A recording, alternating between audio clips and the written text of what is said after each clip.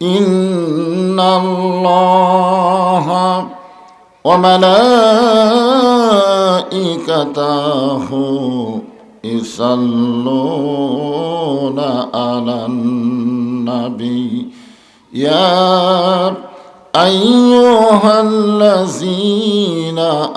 আমানু সাল্লু আলাইহি ওয়া সাল্লিমু তাসলিমা আল্লাহুম্মা সাল্লি আলা মুহাম্মাদ ওয়া আলা আলি মুহাম্মাদ কামা সাল্লাইতা আলা ইব্রাহিম ওয়া আলা আলি ইব্রাহিম ইন্নাকা হামিদুম মাজিদ اللهم بارك على محمد وعلى آل محمد كما باركت على إبراهيم وعلى آل إبراهيم إنك حميد مجيد يا أيها الذين آمنوا اذكروا الله ذكرا كثيرا لا إله إلا الله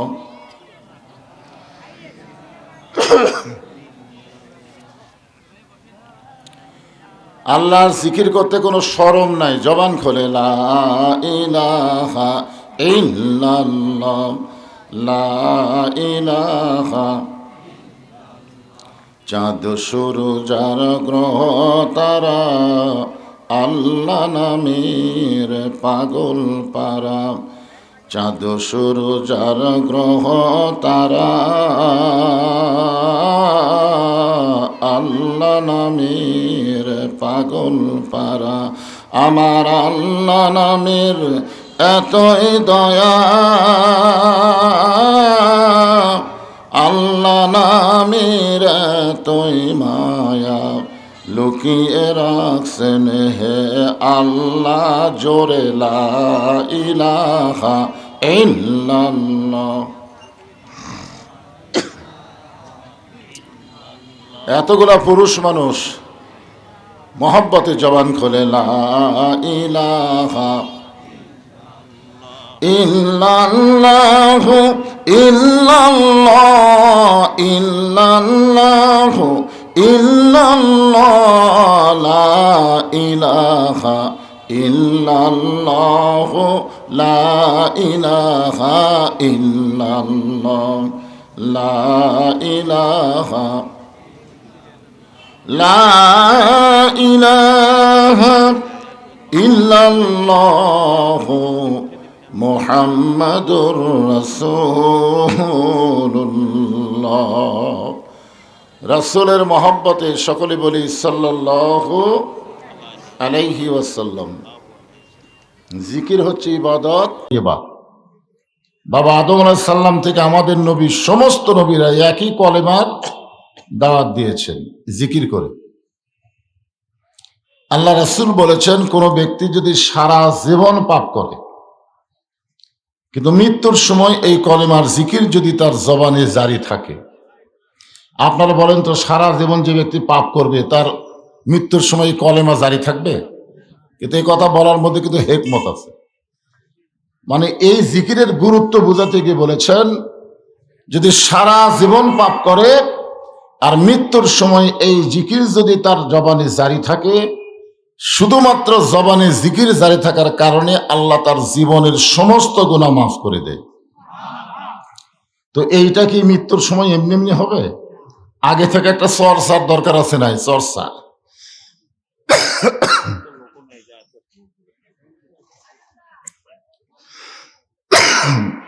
যারা বসে আছেন, বসতেছেন, তাদেরকে আমি বলবো সামনে থেকে আল্লাহর রাস্তে জমে জমে বসেন, সামনে থেকে।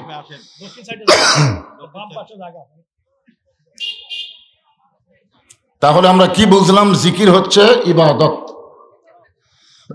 আর মুহাম্মদ রাসূলুল্লাহ বলার পরে যা বললাম সাল্লাল্লাহু আলাইহি সাল্লাম, এটা কিন্তু ইবাদত না, এটা হলো মহাব্বত।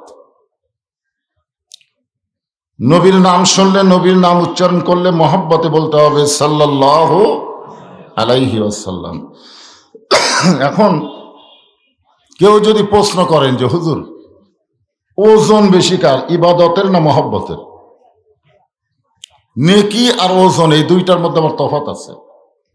আল্লাহ রাসূল বলেছেন, আমার সমস্ত উম্মতের নেকি যদি এক পাল্লায় দেওয়া হয়, আর আমার আবু বকরের মহব্বত এক রাতের, সারা জীবনের না, অন্য পাল্লায় দেওয়া হয়, ইবাদতের নেকির চাইতে মহব্বতের ওজন বেশি হবে। সুবহানাল্লাহ কন না কেন?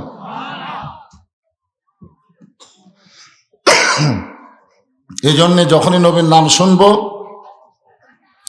কেউ বললো আমি শুনবো বা তা আমি বলবো, সঙ্গে সঙ্গে নাম শেষ হওয়ার সাথে সাথে বলবো সাল্লাল্লাহু, আরে সবাই বলেন সাল্লাল্লাহু আলাইহি ওয়াসাল্লাম। দরুদ পড়ার ব্যাপারে আল্লাহ কি বলেছেন? সাল্লু।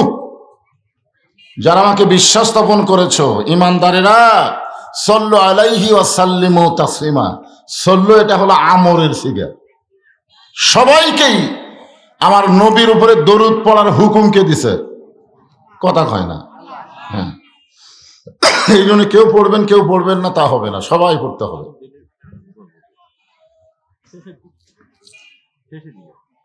কালসিমাটি মসজিদুল হুদা জামি মসজিদ, কালসিমাটি ইবতেদায়ী মাদ্রাসা কমিটি কর্তৃক আয়োজিত আজকের এই তাফসিরুল কোরআন মাহফিলে আল্লাহ তাআলা যেনাকে সম্মানিত সভাপতির আসনে কবুল করেছেন, জনাব আলহাজ মোহাম্মদ বুলু মিয়া।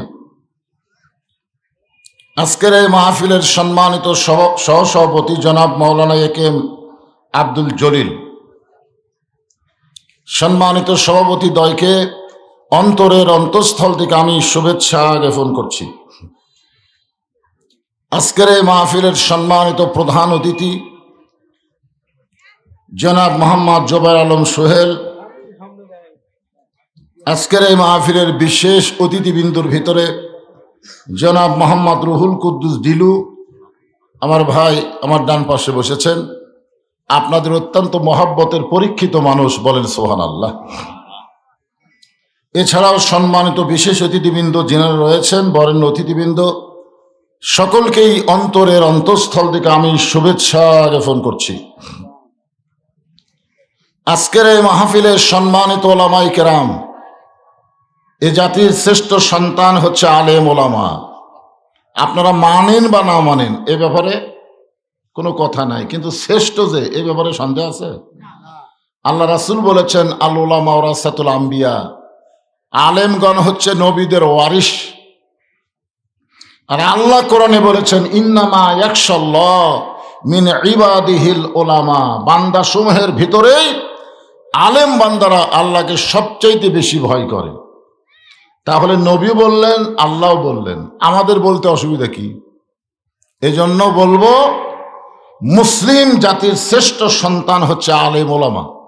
আপনাদের মাঝে মাঝে যারা বসে আছেন, মঞ্চে আছেন, আসরের নামাজের পর থেকে মাগরিব পর্যন্ত আলোচনা করেছেন হাফেজ মাওলানা মামুনুর রশিদ সহ আজকের মাহফিলের সমস্ত আলেম ওলামা বক্তাদেরকে আমি শুভেচ্ছা জ্ঞাপন করছি। এই মুহূর্তে আমার সামনে যারা বসেছেন, মাগরিবের নামাজের পরে ওয়াজ শোনা অভ্যাস খুবই কম, ঠিক কিনা বলেন? মানে আমাদের বগুড়াতে অভ্যাস হলো একেবারে খাওয়া দাওয়া করে ঈশার নামাজ পড়ে 9টা, 9:30, 10টার দিকে আমরা ঝিমঝিম করে মাহফিলে আসি। কিন্তু আল্লাহর কাছে এই সময়টা অত্যন্ত গুরুত্বপূর্ণ। আল্লাহ কোরআনে বলেছেন, সাব্বিহুহু বুকরাতাও ওয়াসিলা, সকাল এবং সন্ধ্যা আল্লাহর কাছে অত্যন্ত গুরুত্বপূর্ণ একটা বিষয়। সুবহানাল্লাহ বলেন। মাগরিব থেকে এশা পর্যন্ত আলোচনা করার ব্যাপারে তেমন কোনো বাধা নাই, কিন্তু রাসূল বলেছেন, এশার নামাজ পরে তোমরা ঘুমায়া যাবা, তোমরা গাল গল্প করবা না। কারণ এশার নামাজের পরে তোমরা যদি গাল গল্প করো, তাহলে দেখা যাবে তাহাজ্জুদের মহাব্বত আর ফজরের জামাআত তোমাদের জন্য খুব কষ্ট হবে। আপনারা বলেন তো, যে 2 ওয়াক্ত নামাজ জামাতে না পড়লে মুনাফিকে হয়, সেই 2 ওয়াক্তর নাম কি? একটা হলো এশা আর একটা কি? এই অধিকাংশ মাহফিল যেখানে হয় রাত 12টা 1টা পর্যন্ত, ওই রাত্রে ওই এলাকার বেশিরভাগ মানুষ ফজরের নামাজ মসজিদে পড়ে না। জোরে কোন কথা কন না কেন? তাহলে লাভ হচ্ছে না উল্টা হচ্ছে? হ্যাঁ, উল্টা হচ্ছে। আবার আল্লাহ বললেন বুকরাতা ও আসিলা, এবং সকাল এবং সন্ধ্যার গুরুত্ব আমি বলবো আলোচনার মধ্যে। তা আপনারা যারা আশেপাশে হইচই করতেছেন, কোনো দ্বিধা দ্বন্দ্ব না করে কোরআনের মাহফিলে এসে বসে পড়েন। আমার সামনে আল্লাহ যিনাদেরকে কবুল করেছেন, আপনারা আসেন নাই, আল্লাহ নিয়ে আইছে। সুবহানাল্লাহ কোন দেখেন, এটা কি আমার বাপ দাদার কথা? আল্লাহ বলেছেন মা আসাবাকা মিন হাসানাতিন ফামিনাল্লাহ। বান্দা বান্দির দ্বারা যখন কোনো ভালো কাজ হয়, এ কাজ বান্দা বান্দি করে না, বরং আল্লাহ করায়। আপনারা বলেন তো, কোরআনের মাহফিলে বসা এটা ভালো কাজ না খারাপ কাজ? তাহলে এই কাজকে আপনারা করলেন না আল্লাহ করালো? আপনারা কি বিশ্বাস করতে পারেন? আমরা কি বিশ্বাস করতে পারি? আমরা যত বড়ই পাপী হই, এই মুহূর্তে আল্লাহ আমাদের উপরে রাজি আছেন। আল্লাহ যদি রাজি না থাকতো, এই জান্নাতের বাগানে আমরা বসতে পারতাম না।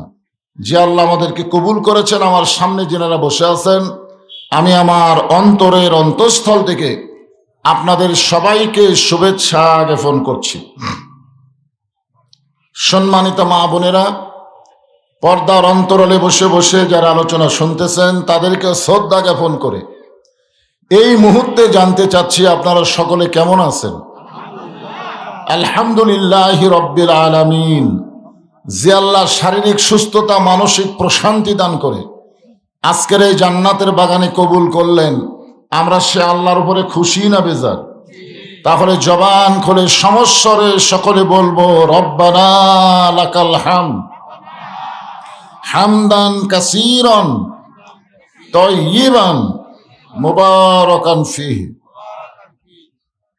যারা পিছনে দাঁড়িয়ে আছেন, বসার জায়গা আছে তো? বসার জায়গা থাকা অবস্থায় দাঁড়িয়ে থাকা এটা আদবি? কম না। আদবে ইনসান, বেদবে শয়তান। আমরা মানুষ, আমাদের গুরুত্ব আল্লাহর কাছে অত্যন্ত বেশি। এই মানুষ সম্পর্কে কথা বলতে গিয়ে আল্লাহ কোরআনে একটা সূরায় 4টা শপথ করছেন। কয়টা? 4টা শপথ করেছেন। অতীন, অজাইতুন, অতুরি সিনিন, ওয়াহাজাল বালাদিল আমিন। এরপরে আল্লাহ বললেন লাকাদ খালাকনাল ইনসানা ফি আহসানি তাকবীর। আল্লাহু আকবার। মানুষকে আল্লাহ কত ভালোবাসে, যে মানুষের ঘোষণা করতে গিয়ে আল্লাহ 4টা শপথ করলেন। আপনার বলেন তো, শপথ কখন হয়? শপথ করার পরে যে কথা বলে, এই কথার গুরুত্ব কম না বেশি? আমাদের বাংলাদেশে শপথ আছে না, যে ভাই শপথ করে বলতেছি এবার যদি খালি ভোটটা দাও, হায় হায় কত শপথ শুরু হবে, কত অবস্থা হবে আমাদের। তো যাই হোক, আমরা মানুষ কিন্তু শপথ ভঙ্গ করি। আল্লাহ কি শপথ ভঙ্গ করবে? দরকার করবে? এখানে আল্লাহ তাআলা একটা শপথ করলেই হতো, কিন্তু আল্লাহ 4টা শপথ করে বুঝাই দিলেন মানুষ অত্যন্ত গুরুত্বপূর্ণ একটা সাবজেক্ট। জোরে কারণ সুবহানাল্লাহ। আল ইনসান আশরাফুল মখলুকাত। মানুষ হচ্ছে মখলুকাতের মধ্যে সবচাইতে ভদ্রতা। এই জন্য আপনারা আসা মাত্র বসে পড়বেন, কোনো জ্ঞানজাম যেন না হয়। মাহফিলের প্যান্ডেল খুব বড় হয়নি, খুব ছোট ফোটো মাহফিল প্যান্ডেল হয়েছে। তারপরেও মানুষ আসবে, এশার নামাজ পর্যন্ত মানুষ খালি আসতেই থাকবে। মাগরিবের মাহফিল একটা সমস্যা হলো কি, মানুষ খালি আসতেই থাকে। কি করতে থাকে? আমি যতগুলো মাগরিবের মাহফিল করছি, খালি আসেই, যায় না, খালি আসে। এই জন্যে আপনারা এখনই মনে করতেছেন আশা মনে হয় শেষ হয়ে গেছে, তা কিন্তু হয়নি। এই জন্য আল্লাহর হস্তে আমি অনুরোধ করতেছি, আমার হস্তে না, কার হস্তে?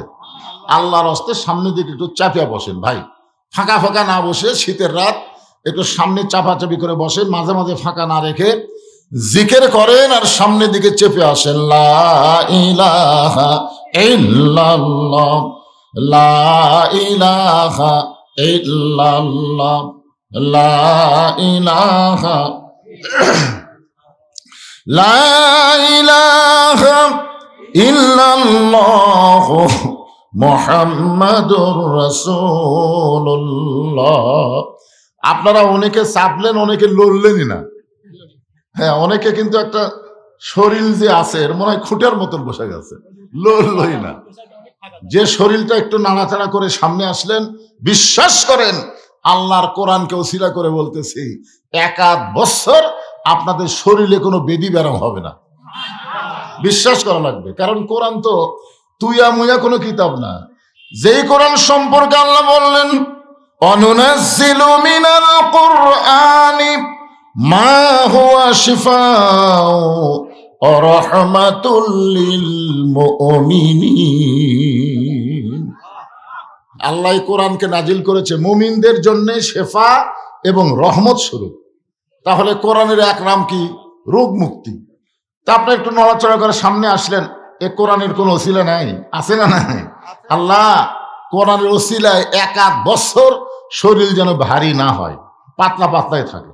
আর যারা নড়লো না, খুঁটার মতন বসে থাকলো, আগামীকালটা বুঝবার পারবি নিজের শরীর নিজের কাছে জুলুম মনে হবে।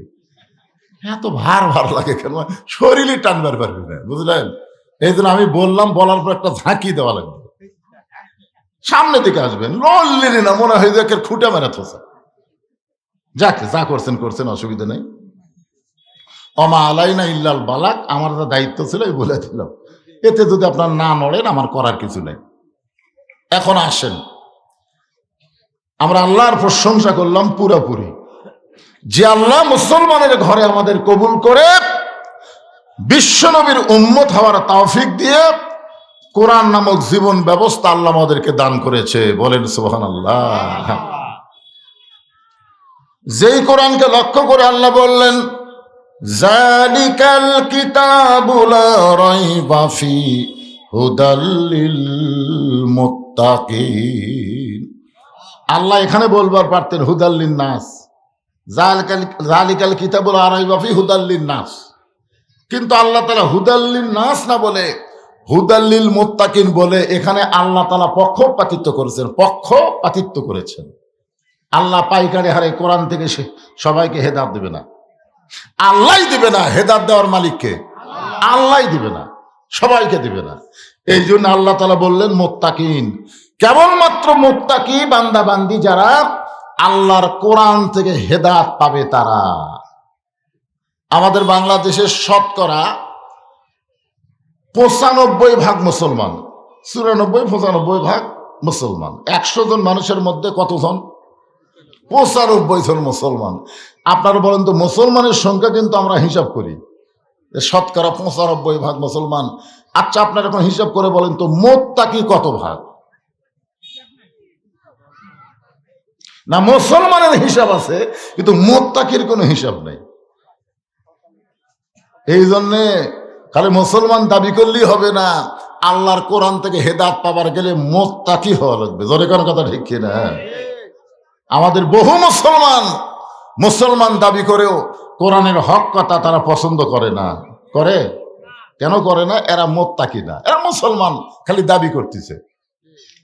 মুসলমান দাবি করলেই যদি মুসলমান হওয়া যেত, তাহলে আল্লাহ তাআলা মুত্তাকির কথা বলে কেন বললেন, ইয়া আইয়ুহাল্লাযীনা আমানুত্তাকুল্লাহা হাক্কা তুকাতিহি ওয়া লা তামুতুন্না ইল্লা ওয়া আনতুম মুসলিমুন। মুসলমানই তো আমরা। তারপর আল্লাহ কেন বললেন, যারা আমাকে বিশ্বাস স্থাপন করেছো, একমাত্র ভয় করা লাগবে কাকে? শুধু ভয় করলে হবে না, ভয় করার মতন ভয় করা লাগবে। এরপর আল্লাহ বললেন, লা তামুতুন্না ইল্লা ওয়া আনতুম মুসলিমুন, মুসলমান না হয়ে তোমরা মরো না। তার মানে বোঝা গেল বাংলাদেশে শুধু শতকরা 95% মুসলমান দাবি করার নাম মুসলমান না, মুসলমান হয়ে মরার নাম হলো মুসলমান। ধরে কোন কথা ঠিক কিনা? এখন আমরা কি মরছি? আমরা কি হয়ে মরবো? বর্তমান যে পরিবেশ আমাদের বাংলাদেশে চলতেছে, এই পরিবেশে যদি আমাদের মৃত্যু হয়,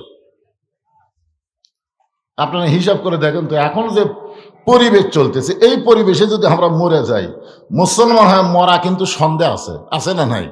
এমন একটা পরিবেশ আমাদের দরকার, যেই পরিবেশে মৃত্যুবরণ করলে মুসলমান হয়ে মরার ব্যাপারে কোনো সন্দেহ নাই। মুসলমান দাবি করবে, মুসলমান হয়ে মৃত্যুবরণ করবে, এই পরিবেশ কিন্তু আপাতত বাংলাদেশে নাই, ঠিক কিনা বলেন? এই যে আপনাদের কালচিবাটি মসজিদে আজান হলো, আজান দেওয়ার পরে যারা মুসলমান দাবি করে তাদের কি পুরুষ মানুষ বাড়িতে থাকা যাবে? কথা বলেন, বাড়িতে থাকা যাবে? সবাইকে আইসে?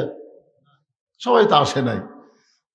এটা একটা মন চাই পরিবেশ, মন চাই নামাজ পড়ো, না চাই পড়ো না। একই বাড়ির মধ্যে বাপ নামাজ পড়ে, বেটা নামাজ পড়ে না, বউ নামাজ পড়ে, স্বামী নামাজ পড়ে না, দাদা পড়ে, লাতি পড়ে না। মন চাই জিন্দিগি, যা চাই করো। এইটা কোনোদিন মুসলমানের সমাজ হতে পারে না। মুসলমানের সমাজ যারা মুসলমান দাবি করবে, আজান দিলে অবশ্যই তারা নামাজে হাজিরা দিবে। জোরে করার কথা ঠিক কিনা? কারণ রাসূল বলেছেন, লা সালাত আলা দীনা, যার নামাজ নাই তার কোনো ধর্মই নাই, আবার কিসের মুসলমান? লা সালাত আলা ঈমানা, যার নামাজ নাই তার ঈমানই নেই। মান তারাকা সালাত মুতাম্মিদান ফাকাত কাফারা, ইচ্ছা করে যারা মাগরিবের নামাজ বাদ দিল, ইচ্ছা করে এক ওয়াক্ত, কয় ওয়াক্ত? এক ওয়াক্ত যারা বাদ দিল, আল্লাহর সঙ্গে তারা কুফরি করলো। আমরা তো কম ওয়াজ করতেছি না, এত ওয়াজ দিয়েই তো মুসল্লি বাড়তেছে না। এই জন্য এমন একটা পরিবেশের দরকার, বক্তার ওয়াজ লাগবে না, আল্লাহর কোরআনের আইন দিয়ে নামাজ পড়তে বাধ্য হবে যারা মুসলমান দাবি করবে। জোরে কথা কর না কেন? তুমি হিন্দু হও, ইহুদি হও, খ্রিস্টান হও, তোমার সাথে কোরআনের কোনো কথা নাই। হুদাল্লিল মুত্তাকিন, যদি মুত্তাকি হবার চাও তাহলে আল্লাহর কোরআন তোমার জন্য জীবন ব্যবস্থা, তোমার জন্য হিদায়াত। যে আয়াতে কারিমা আমি তেলাওয়াত করেছি, এই আয়াতটাকে নিয়ে সময়ের দিকে খেয়াল করে, ওই যে মাঝখানে ফাঁকা থাকলো, ওই যে মাঝখানে যে ফাঁকা দেখা যাচ্ছে, ফাঁকা কে বসবি? শয়তান। এই ফাঁকের মধ্যে কার পছন্দ? আপনারা বলেন তো। এই যে আমি যখন কোরআনের আয়াত তেলাওয়াত করব, তার আগে কি বললাম? সকলে পড়েন, আউযু বিল্লাহি মিনাশ শাইতানির রাজিম। কেন বললাম? আল্লাহ কোরআনে বলেছে, আমার কোরআন যখন তোমরা তেলাওয়াত করবে, শয়তান সবচাইতে বড় ধোঁকা দিবে, শয়তান ধোঁকা দিবে। এই জন্য শয়তানের সমস্ত ওয়াসওয়াসা, শয়তানের দুরভিসন্ধি থেকে আমরা পানা চাইলাম কার কাছে? কি তেলাওয়াতের সময়? কোরআন তেলাওয়াতের সময়। কারণ শয়তান এমন কথা বলবে জানেন, যে কোরআনের প্রতি অক্ষরে 10টা করে নেকি। তুই যত কোরআন পড়বি, প্রতি অক্ষরে আল্লাহ তোমাকে 10টা নেকি দিবে। এই জন্য আমাদের বাংলাদেশে অনেক মানুষ কোরআন পড়ে, প্রতিদিন 1 পারা করে পড়ে, মাসে 30 পারা পড়ে, বছরে 12 খতম দেয়। ওই গল্প করে, আমার মতন কোরআন পড়নেওয়ালা বাংলাদেশে কেউ নাই। আল্লাহ বলে, এই পড়া দিয়ে কি হবে? কোরআন কি শুধু পড়ার জন্য নাকি? কিন্তু শয়তান ওয়াসওয়াসা দেয়, পড়, খতম কর, সূরা ইয়াসিনের এই ফজিলত, রহমানের এই ফজিলত। হায় হায়, আরবি খালি পড়তেছে, কোরআন কি বলতেছে একটা বারও এই ব্যাপারে খেয়াল করতেছে না। ধরে কোন কথা ঠিক কিনা? আপনার বলেন তো, শুধু কোরআন পড়া ছাড়া বাংলাদেশে যত পড়া আছে, এই পড়া কি মানুষ খালি পড়ার জন্যই পড়ে, না বোঝার জন্য পড়ে? মানে কোরআন পড়া ছাড়া একটা মানুষ পেপার পড়তেছে, খালি পড়তেছে, না পেপারের মধ্যে কি লেখা আছে এটা বুঝতেছে? কথা কয় না। 1 ঘন্টা পেপার পড়লো, কে ভাই কি পড়লে? পড়তেছি ভাই। খবর কি? জানি না। পড়তেছি ভাই, কিন্তু খবর কি জানি না। আসলে কোরআন পড়তেছে, কিন্তু কোরআনের খবর কি কয় জানি না। আপনারা বলেন তো, যে লোক পেপার পড়ার পরে বলতেছে খবর কি জানি না, ওই কি আসলেই কি? না না, এমন কোন লোক নাই পেপার পড়ে পেপারের খবর জানে না, এমন কোন লোক নাই। কারণ জানার জন্যই পড়ে। কথা কন, কিসের জন্য পড়ে? জানার জন্যই পড়ে। আপনার বাংলা পড়ে, অঙ্ক করে, যা কিছু করে জানার জন্যই করে। কিন্তু কোরআনের ভাগ্য এত খারাপ, বুঝলেন? খালি সোয়াবের জন্যই পড়ে, খালি সোয়াব। কোরআন কি কয় এইটা বুঝবে না। এটা হলো শয়তানের 1 নম্বর ধোঁকা। ধরে কন, কয় নম্বর ধোঁকা? খালি পড়ে যা, প্রতি অক্ষরে 10 নেকি। আমি আপনাদের বোঝানোর জন্য বলতেছি, সাতগ্রাম বাজারে একজন ব্যক্তি 2 মণ আলু নিয়ে আইছে। কয় মণ? 2 মণ আলু নিয়ে আইছে বিক্রি করার জন্য। এক খরিদ্দার বলতেছে, হয় কতটুকু আছে? বলে 2 মণই আছে। আমার তো 2 মণই লাগবে। আলুওয়ালা বলতেছে, তাহলে নেন। খরিদ্দার বলতেছে, ওজন করে দেন, ওজন করে দেন। আলুওয়ালা বলতেছে, আমার বাড়ির আলু ভাই রে, ওজন করলে কমবি না, বাড়ির আলু তো একটু বেশি বেশি দিছি। তো বলতেছে, না ভাই ওজনই করে দেন। তো এখন আলুওয়ালা তো সাহস আছে, ওজন করা হচ্ছে 2 মণ 2 কেজি। তো খরিদ্দার বলতেছে, আপনি করলেন 2 মণ, 2 কেজিতে বেশি হলো। আলুওয়ালা বলতেছে, 2 কেজি তোমাকে ফাও দিলাম, এর দাম দেওয়া লাগবে না। তুমি খালি 2 মনের দাম দাও, 2 কেজি ফ্রি নাও। ওই তখন গামছা বার করে ওই 2 কেজি আলু টোপলা বান্ধে বলতেছে, আজকে 2 মন লিচ্ছি না ভাই, ফ্রি লিয়ে বাড়ির যাই। আপনারা বলেন তো, আলুওয়ালা আলু দিবি? তো প্রতি অক্ষরে 10টা করে নেকি, এটা হলো 2 কেজি। আর কোরআন অনুযায়ী চলা, এটা হলো 2 মন। কোরআন অনুযায়ী চলা 2 মন বাদ দিয়ে খালি কোরআনের প্রতি অক্ষরে 10টা করে নেকি, 2 কেজি ফাও লিভার চাও। শয়তান এই ধোঁকা দিয়ে দিয়া আমাদেরকে কোরআনের সমাজ, কোরআনের রাষ্ট্র, এটা থেকে আমাদেরকে বঞ্চিত রাখতেছে। জোরে কোন কথা কন না কেন ভাইজান? হ্যাঁ, বঞ্চিত রাখতেছে। রমজান মাসে তো শুরু হবে, বুঝলেন? আসুন, শয়তান যেন ধোঁকা দিবার না পারে। আল্লাহ বললেন, ওমান আহসানু قولا ممن دعا إلى الله وعمل صالحا وقال إنني من المسلمين।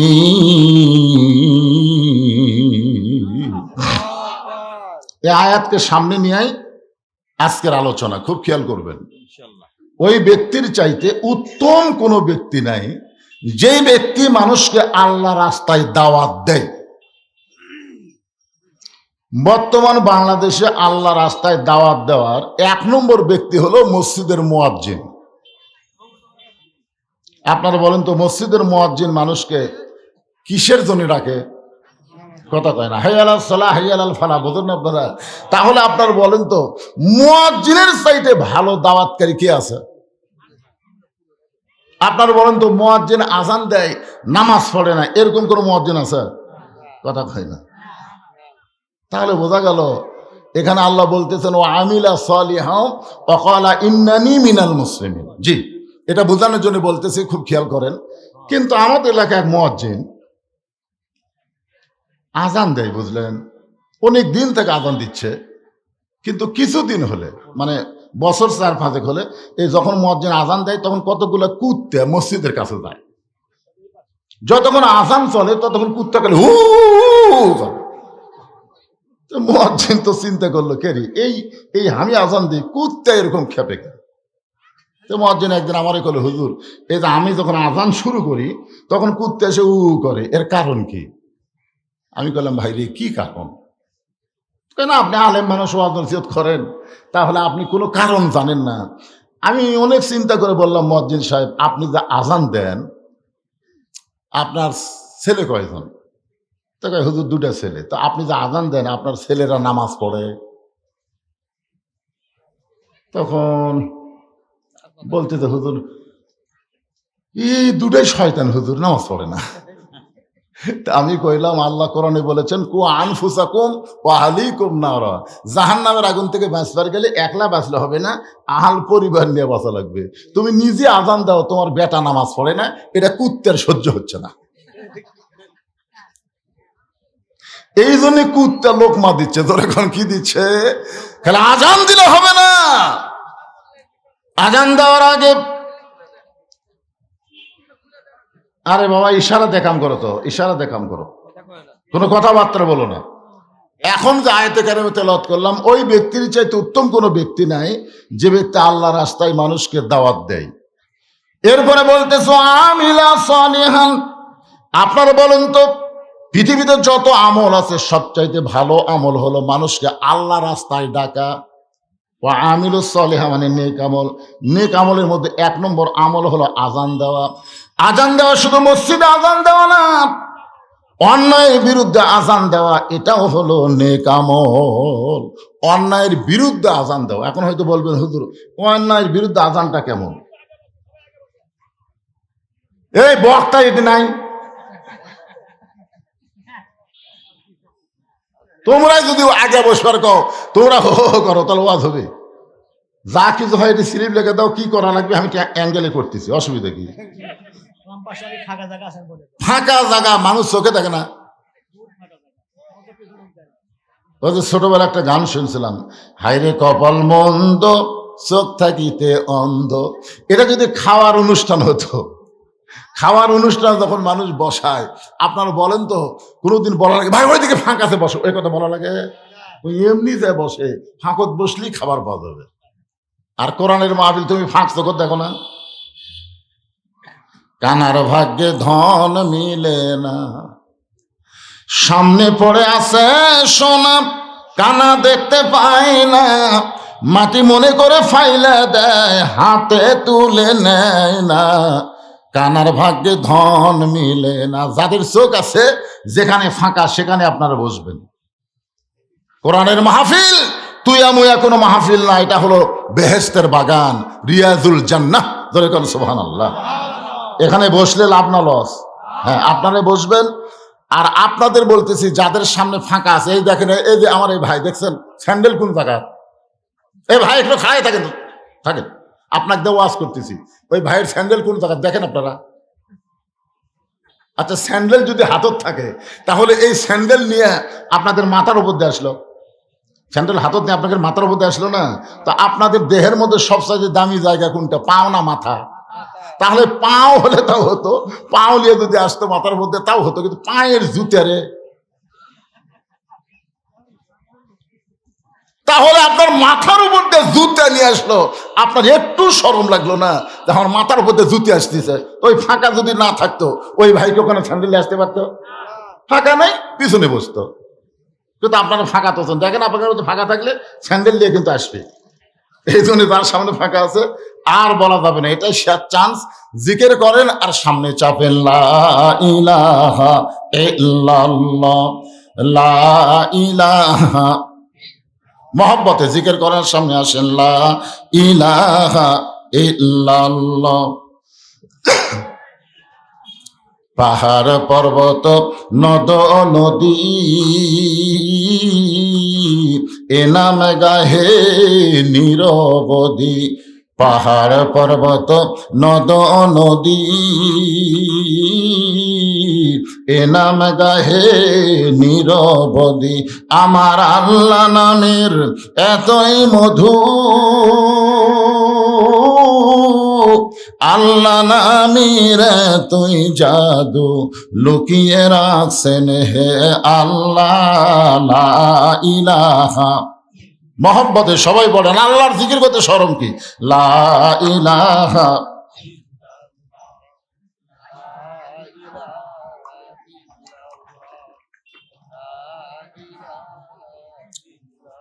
লা ইলাহা ইল্লাল্লাহু মুহাম্মাদুর রাসূলুল্লাহ। আমি ছাত্র জীবনে একবার মাস্তানি দেখছি, জিকির কাক কয়, মাহাস্তান।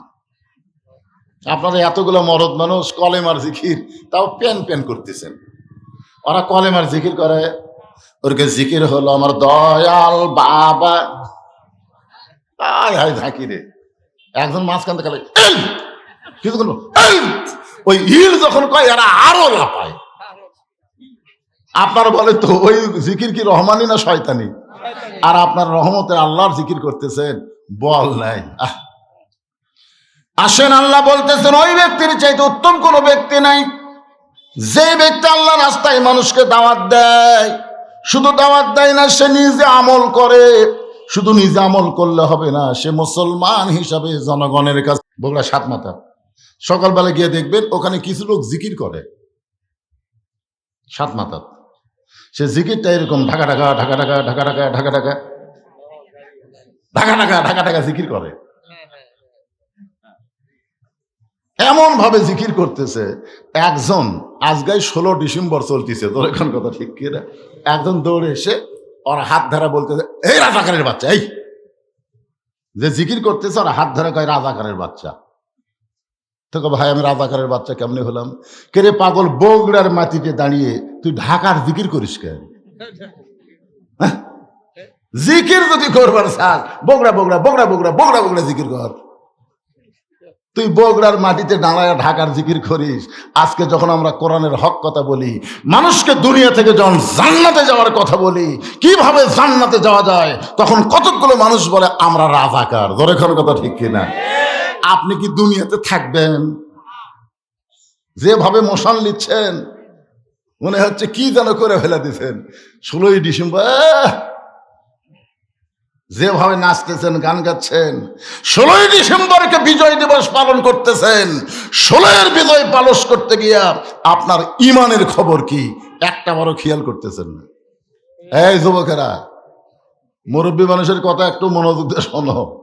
আমরা স্বাধীনতার বিরুদ্ধে না, স্বাধীনতা মানে কি এইটাই তোমরা বোঝো না। একটু মনোযোগ দিয়ে শোনেন। লোকটা দৌড়েছে বলতেছে, রাজাকারের বাচ্চা, বগুড়ার মাটিতে বগুড়া বগুড়া জিকির করবি, ঢাকার জিকির করিস কেন? তখন বলতেছে যে ভাইজান, তোমার কথাও ঠিক আছে, আমার জিকিরও ঠিক আছে। তুমি বলতেছে এটা বগুড়া ঠিক, কিন্তু আমি যে ঢাকা ঢাকা জিকির করতেছি এটাও ঠিক। তখন বলে তুমি বগুড়ার মাঝে ঢাকার জিকির করো, এটা কেমনে ঠিক? বলে ওই যে তাকায় দেখো, ওই যে তাকায় দেখো, হানিফ নামে একটা গাড়ি আছে, ওই গাড়ির হলাম আমি হেল্পার। আমি এই গাড়ির হলাম কি? হেল্পার।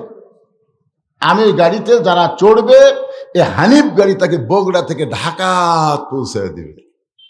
তুমি কি ঢাকার খবর জানো? খবর জানি, কিন্তু দেখিনি। ঢাকা বাংলাদেশের রাজধানী, কিন্তু দেখা হয়নি ভাইরে। তোমার কি দেখবার মন চায়? রাস্তা চিনি না। দেখবার মন চাই ঠিকই, কিন্তু আমি রাস্তা চিনি না, যাবো কেমনে? তখন কে পাগলা, তোকে রাস্তা চেনা লাগবে না, তাহলে 1000 টাকা দিয়ে একটা টিকিট কর। 1000 টাকা দিয়ে টিকিট করে গাড়ির ভিতরে গিয়ে বস। ভিতরে গিয়ে বসা লাগবে। আমার কথা কি বুঝলেন? ভিতরে গিয়ে বসা লাগবে। 1000 টাকার একটা টিকিট করবি, গাড়ির ভিতরে গিয়ে বসবি, ওই গাড়ি তোকে বগুড়া থেকে ঢাকায় পৌঁছে দিবে। লোকটা বলতেছে এটা তো আমি জানি না ভাইরে, আমি না বুঝাই তোমাকে দোষ দিছি। ঠিক আছে, আমি মনে ভুলে গেছি, তোর কথা আমার রাগ নাই। তুই এখন 1000 টাকার টিকিট কর, ওই হানিফ গাড়ি গিয়ে বস যা, ওই গাড়ি তোকে ঢাকায় পৌঁছায় দিবে। আমি আপনাদের বলতেছি এই ওয়াজটাকেই অমান আহসান কওলাম মিম্মান দা ইলাল্লাহ, এটা বোঝানোর জন্য বলতেছি। মনে করেন ইসলাম হলো একটা গাড়ির নাম, মনে করেন, আমি কিন্তু বোঝানোর জন্য বলতেছি। মনে করেন ইসলাম হলো একটা গাড়ির নাম, ওই গাড়ির যারা যাত্রী হবে তারা হবে মুসলমান। যখন গাড়ির যারা যাত্রী হবে তারা কি? ওই গাড়িতে যারা চড়বে ইমানের টিকিট নিয়ে, ধরে কোন কিসের টিকিট নিয়ে? ইমানের টিকিট নিয়ে মুসলমান যাত্রী হয়ে ইসলাম গাড়িতে যারা চড়বে, ইসলাম গাড়ি চলতে চলতে তাকে জান্নাত নামক বাড়িতে পৌঁছাইয়া দিবে।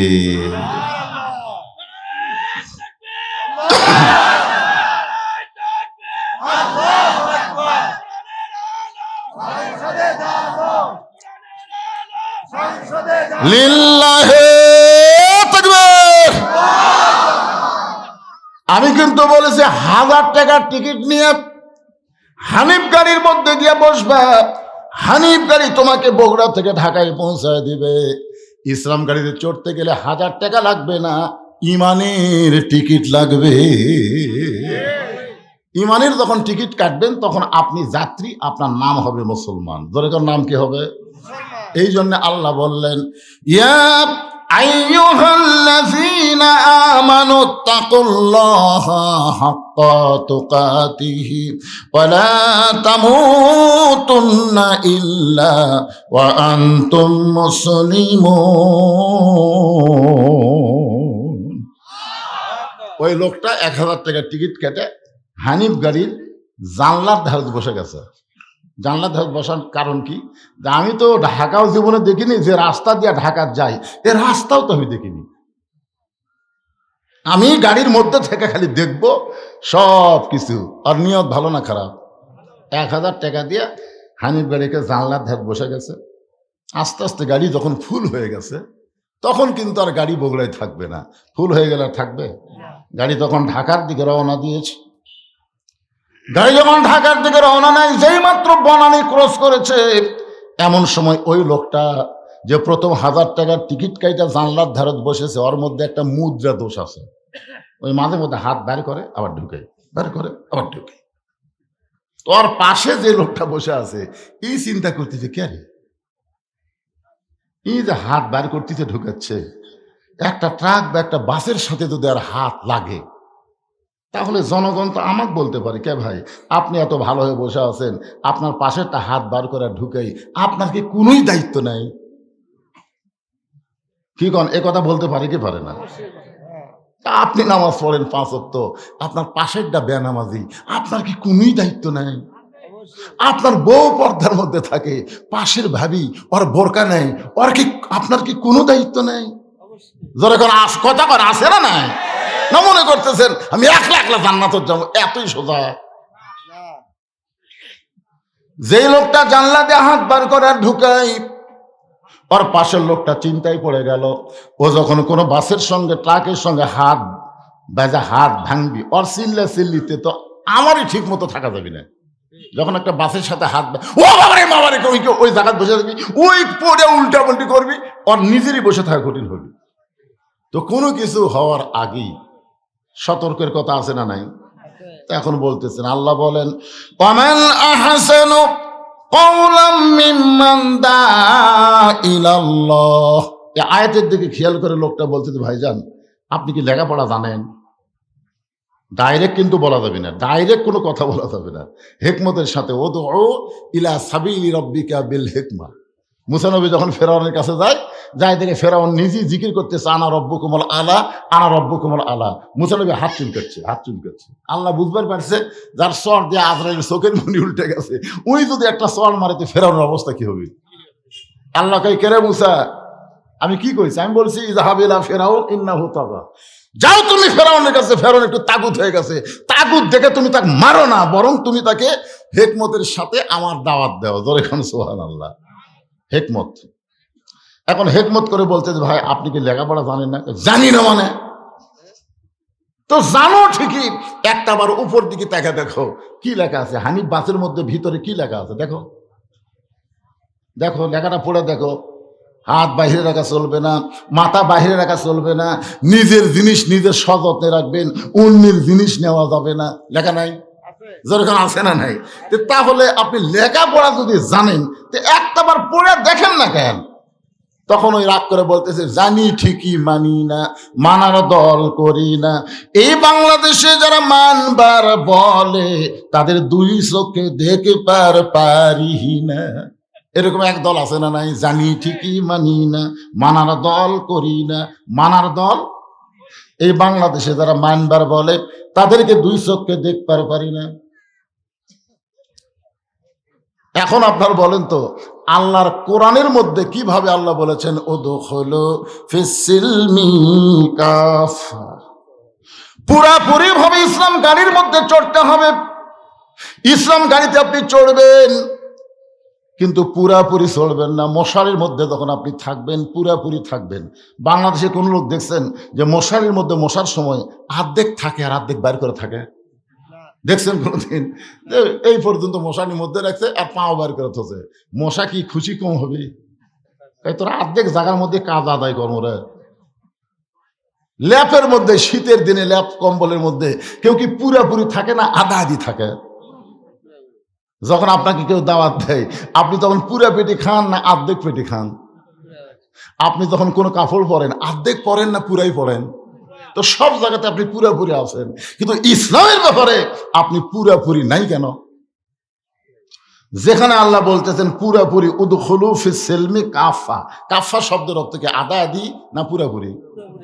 ও, নামাজ পড়ার সময় আপনি আল্লাহর জিকির করবেন, আল্লাহর গোলামি করবেন, আর অর্থনীতির ব্যাপারে আপনি চলে যাবেন অন্য একজনের কাছে। রাজনীতির ব্যাপারে মনে হয় আল্লাহ কিছুই বলেনি। 13 বছর নবী মক্কায় কলেমার দাওয়াত দিছে।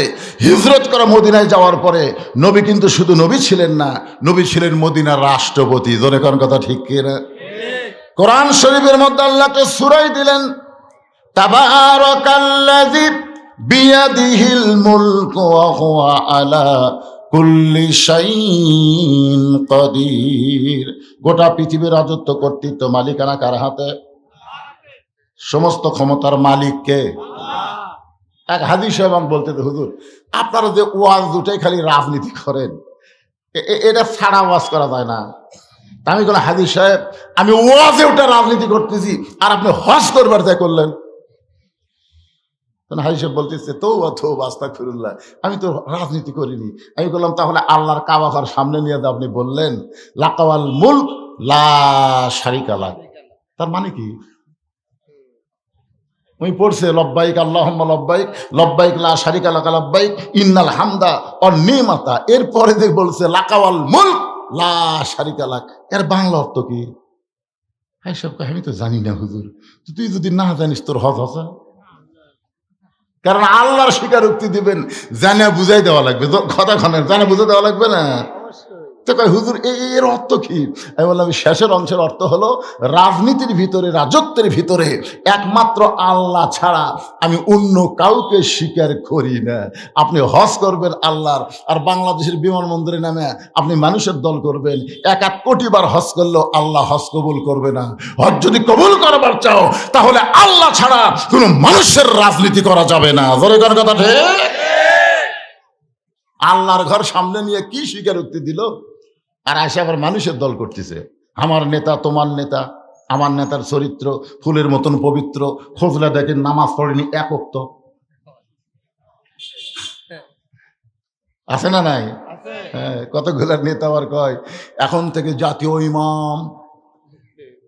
কে রে পাগলা, ইমামের দাড়ি খালি এক মুষ্টির নিচে, এক মুষ্টির নিচে। আমার কাছে ফতোয়া চাই হুজুর, ইমামের দাড়ি যদি এক মুষ্টির নিচে হয় তার পাশে নামাজ হবে? আমি বললাম ভাই ইমামের দাড়ি দিয়ে এক মুষ্টির নিচে তুমি কেমনি বুঝলে? মুডতে লাগছি হুজুর, কিভাবে দাড়ি ধরছে রাখবে না, দূরে থেকে ইশারা করে দেখছি এক মুষ্টির কম হবে। যে বাংলাদেশে ইমামের দাড়ি মানুষ মুড় দিয়ে মাফে, সেই বাংলাদেশে দাড়ি মোচ চাষা কোনো নেতা জাতীয় ইমাম হবার পারে না। ধরে কারণ কথা ঠিক না? স্যামসেরা যা মুখে আসে তাই কয়, জাতীয় নেতা কাও কিন্তু জাতীয় ইমাম বলা যাবে। একটু মনোযোগ দিয়ে শোনেন। ওয়ামান আহসানু কাওলাম মিম্মান দাআ ইলাল্লাহ ওয়া আমিলা সালিহান ওয়া ক্বালা ইন্নানি মিনাল মুসলিমিন। এই সিজার করা এক মাঝখানে জায়গা কে দিছে? এইটা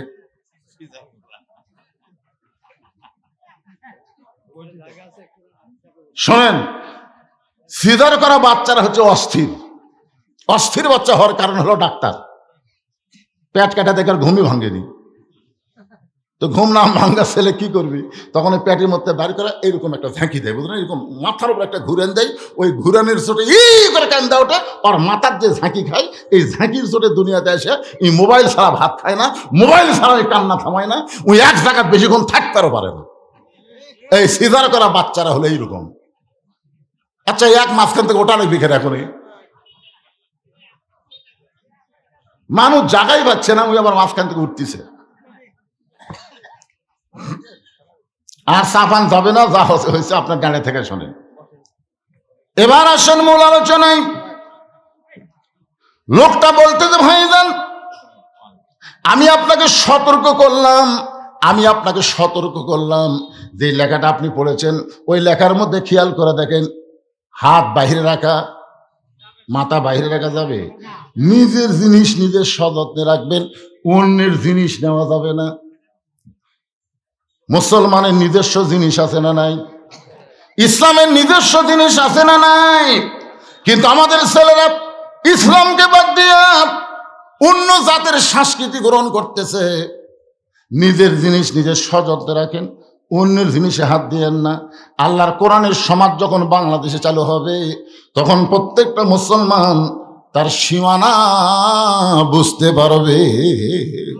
আপনারা বলেন তো, আমাদের একটা নিজস্ব সীমানা আছে না নাই? হ্যাঁ, এই কোরআনের আইন চালু হোক, এই কোরআন বাংলাদেশের শুধু মাহফিলে না, সংসদে আল্লাহর কোরআন যাক, তখন প্রত্যেকটা মুসলমান তার নিজস্ব সীমানার মধ্যে প্র্যাকটিস করবে, অন্যের সীমানার মধ্যে ঢুকবেই না। অন্যের সীমানা গেলেই আবার ব্যাক করবে। নিজের সীমানা কি? মোর একটা যুক্তি দিয়ে বুঝাচ্ছি, এই পকেট হলো আমার সীমানা, আমি 10 বার পকেটে হাত দেবো। অনেকে বলবে হুজুর একটা দোষ আছে, খালি বারবার পকেটে হাত দেয়, এছাড়া কিছুই বলবি না, কারণ আমার সীমানার মধ্যেই তো আমি প্র্যাকটিস করতেছি। কিন্তু এই হাত খালি এই সীমানাত গেলি, এই নিজের সীমানা হলো আমার বউ। আমি একবার দেখবো, 1000 বার দেখবো, যতবার দেখবো মহব্বত করে দেখলে সোয়াব না পাপ। কিন্তু শালি হলো সীমানার বাইরে। আজকে বাংলাদেশের সবকিছু আল্লাহ দিছে, তারপরও কতগুলো ছেলেরা ভারত নিয়ে পড়ে আছে। দরকার কথা ঠিক কথা বলেন না কেন? ভারত নিয়ে পড়ে আছে, আর ভারত গরম আঙ্গুল দেখায়। কিছুদিন আগে ভারতের এক উগ্রমন্ত্রী একটা বিবৃতি দিছে যে হারে বাংলাদেশে মৌলবাদী বাড়তেছে, যে হারে বাংলার মুসলমানরা আল্লাহর কোরআন কোরআন করতে জাল, কোরআনের আলো সংসদে জালো, এরা তো জানে না। ওই উগ্রমন্ত্রী বলতেছে এরা তো জানে না তিন দিকে ভারত, একদিকে সাগর। একবার যদি ভারত আক্রমণ করে এই মৌলবাদী টুপিওয়ালারা সাগরত যা চুবড়ে মরবে। এই কথা বলেছে, আমি ফেসবুকে স্ট্যাটাস দিয়েছি। মালওয়ানের জাত, তুই মুসানবিক চিনিস? এই মালওয়ানের বাচ্চা, মুসানবিক চিনিস? তিন দিকে ফেরাউন অ্যাটাক করেছে, একদিকে সাগর, একদিকে সাগর। আল্লাহ মুসা নবীর জন্য সাগরকে যদি 12 লাইন রাস্তা বানায় দেয়, আমাদের সে আল্লাহ এখন আছে না নাই? জোরে এখন আছে না নাই? আমাদেরকে আল্লাহ সাগর বানাবে রাস্তা, আর তোমরা মালওয়ানের বাচ্চারা ধরবার যাবো, ফেরাউনের মতন চুবড়ান খাবো। জোরে কোন কথা ঠিক কি? আর একজন বলে আমাদের হাতে পারমাণবিক অস্ত্র আছে, আছে সে আছে। আমি ফেসবুকে স্ট্যাটাস দিলাম, নমরুদের হাতেও আগুনের চুলা ছিল। জোরে কোন কথা ঠিক কি না?